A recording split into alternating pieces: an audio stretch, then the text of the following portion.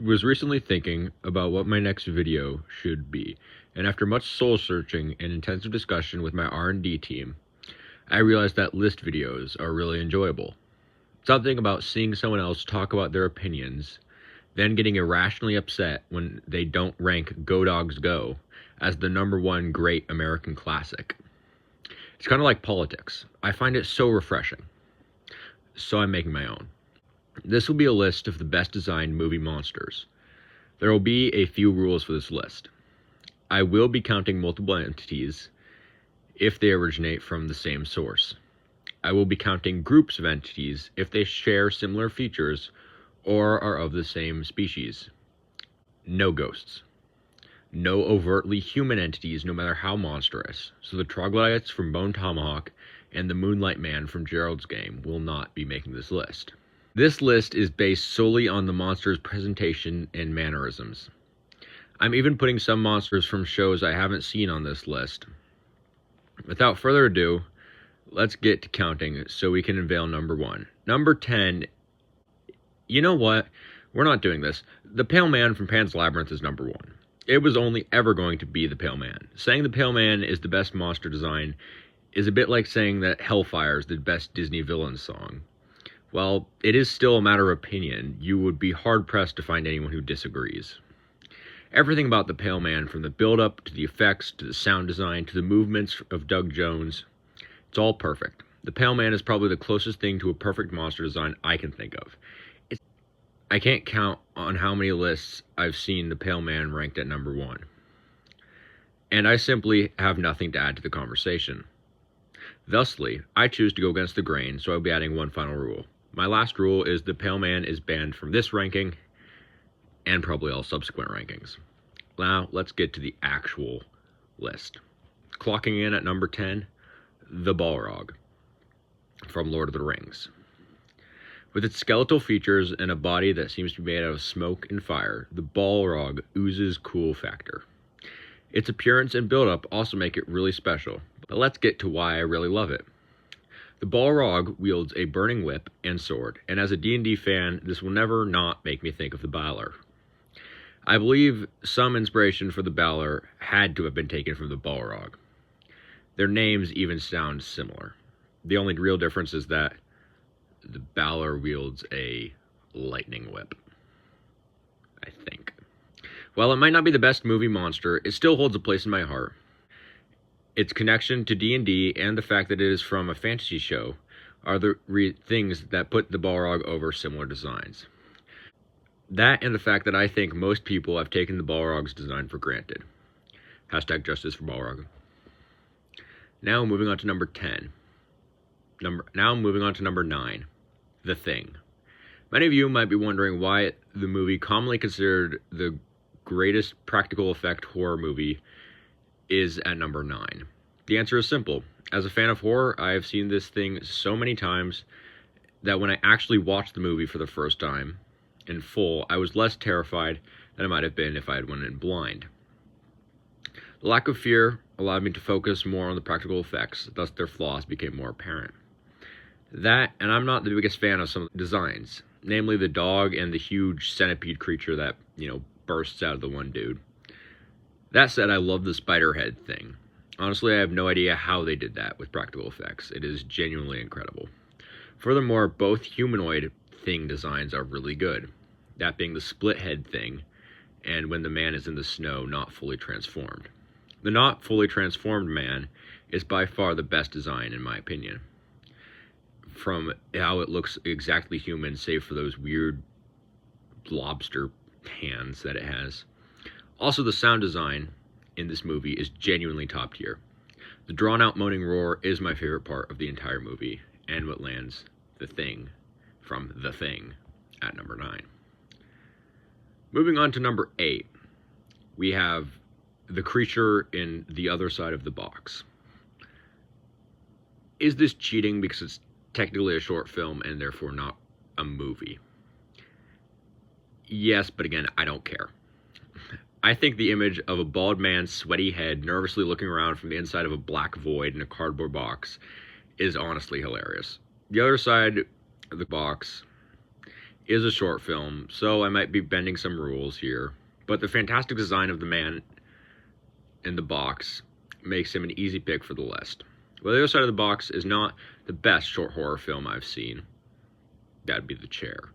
The presence of the man in the box makes me like it much more than I probably should. Also, the twist that it must be the recipient of the box that must watch the box means the box creature's lack of movement when being watched by someone other than the man who the box was given to means that the man in the box is highly intelligent and capable of setting traps. I'm just really trying to justify a bald man, Jack in the Box, being above the Thing from The Thing, okay? And if that explanation made no sense, don't worry, the short film, made no sense either. Number 7 is The Lamb. I have not seen The Lamb, but I can't not put an overall wearing toddler with a lamb's head on this list. Let's just take a moment to breathe in the cuteness before getting back to the twisted creatures that occupy the rest of this list.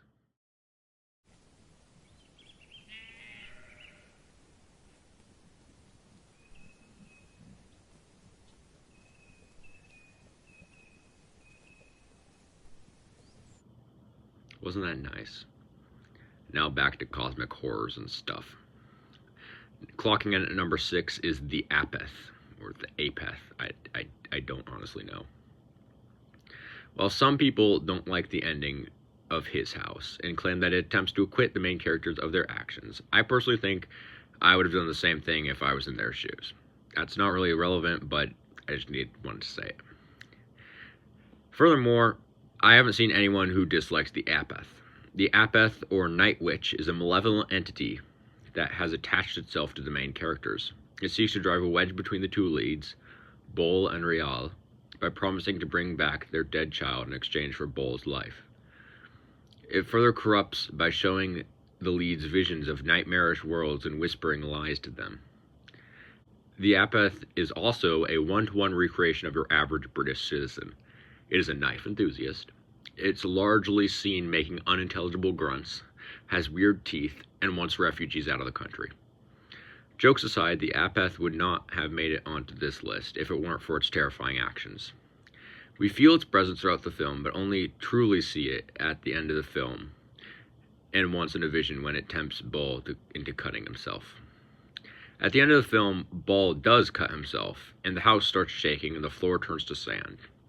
And out pops the Apath. The Apath looks like a mummy crossed with a Shar-Pei dog. But what it does is what lands it on this list. It tries to possess Bol in the most disturbing way imaginable. It inserts its hand into the cut in Bol's skin as its flesh becomes all doughy and folds as it forces itself into him. The visual plus the fact that we see his fingers, that being the fingers of the Apath, moving under Bol's skin land him on this list. We're now into the top 5. Number 5, the various entities from Come True. Is this cheating because we never really are shown if these entities are real? Yes, but my list so I can do whatever I want and no one can legally stop me. The shadow entities are the entire reason I watched this so bad it's good film. I had seen them in some other YouTube video and thought that they looked really cool. After watching the movie, I can attest to the fact that they are really cool. Everything from their design to the dreamscapes they appear in to the way they act is wonderfully creepy. I will never forget the moment when the monitors in the lab show the same picture. That genuinely got me to swear. However, I can't talk about them without talking about one of the craziest monster designs in any movie. The leg anemone, aka what would happen if you made a dandelion entirely out of the lower limbs of a person. While foot shrubbery might not sound scary, when it comes charging at you in a hospital corridor with strobing lights, you get the best jump scare in the entire film. God, I love this thing. It looks so stupid, but it made me jump so hard, and yeah, I have to give it props for that. At number 4, we have the Black Skulls from Mandy. I love the Black Skulls from Mandy, and before I talk about them, I would like to say that a regular human can't cause a car to flip by getting hit by a car. So, yeah, the movie gives two conflicting theories of what they are, and I don't know. I don't think a person can flip a car by getting hit by a car. It's not how physics works. I would know because I've never taken a physics course. On to the reasons why I love them. I will be talking about 3 of the Black Skulls. There are 4 Black Skulls, but I will not be talking about one of them. If you know, you know. Now let's start talking designs. Now, I'm going to be forthright. I only remember 2 of the Black Skulls' names, and one of them is the name of the one I won't be discussing. We're not going to talk about them, okay? So I'm just going to call them by their appearance, unless I know their name. My least favorite design-wise and death-wise is...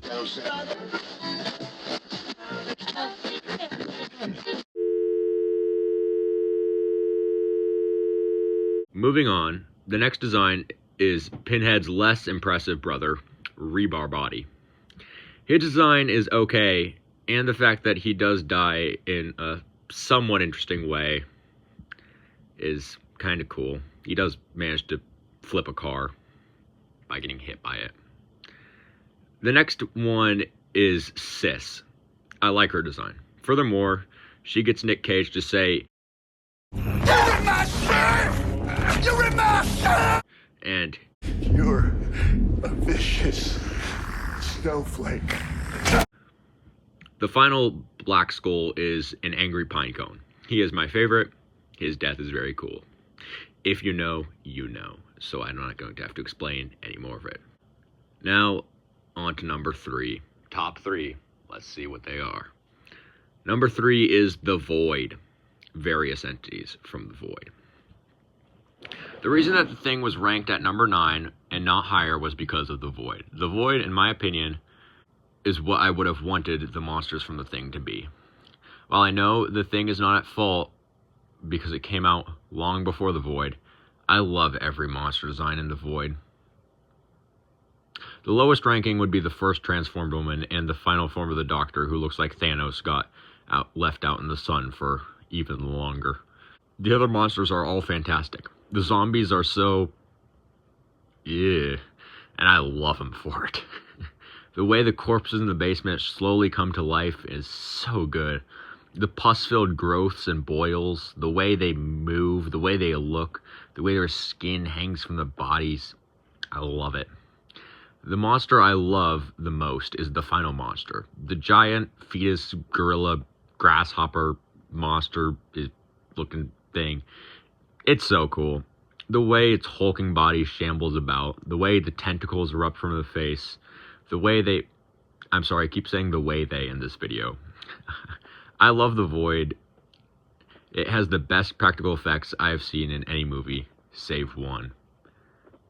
On to number 2. Number 2 is the Pawsum doll from Pawsum.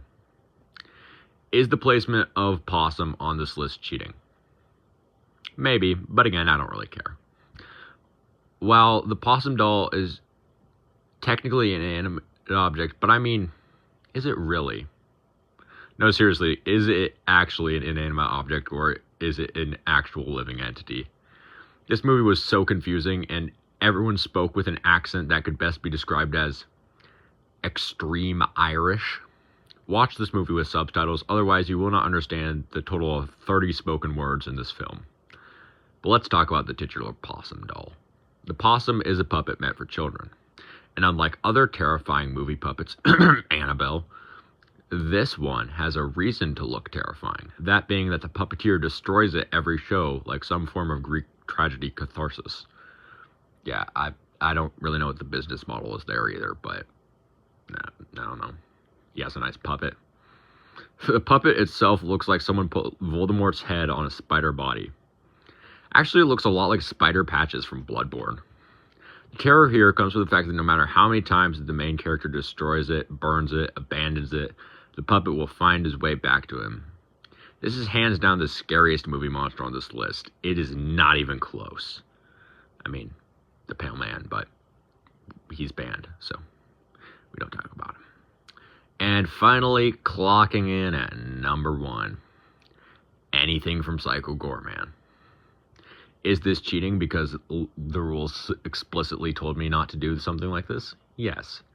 Do I think this is a horrible choice for number 1? Yes. Yes, I do. But much like the movie Psycho Goreman, I don't care what you think. I'm here to have a good time. To start, only one monster design in this entire movie is actually a good design that is well implemented. But that doesn't matter to me, and you know why. Creativity. Every monster in Psycho Goreman has bad practical effects, except for one, but I'll be damned if they aren't fun as hell. Whether it's a robot pirate with a robot parrot unmovingly locked onto his shoulder, a Tolkien-esque goblin knight, a celestial paladin that looks as sturdy as a termite-infested Jenga tower, a massive blender with arms that is filled with corpses, a purple creature from the Black Lagoon who has the mouth of a sarcastic French head, a hunchback robot counselor, a weird Muppet reject who likes blue noodles that he calls bloodles, a zombie cop who looks as convincing as your average Halloween spirit enthusiast, a brain with tentacles that definitely isn't a cardboard box that's been stylized as a person crouch walking inside of it, or literally just a lizard in clothes. Every design is made with such sincerity and such creativity, I can't not put them at number 1. Individually, the monsters are okay, but when you put them all in the same movie, they become perfect. Well, that's my list. I got some other lists and stuff in the future because I enjoy writing them and recording them and hopefully editing them. Anyway, please leave a like and sub. It means a lot. Thank you guys. Have a great day. And do please like and comment. I'd love to hear from you on what you'd like to see me make a list of next. Or if you hate lists. I don't know. Peace.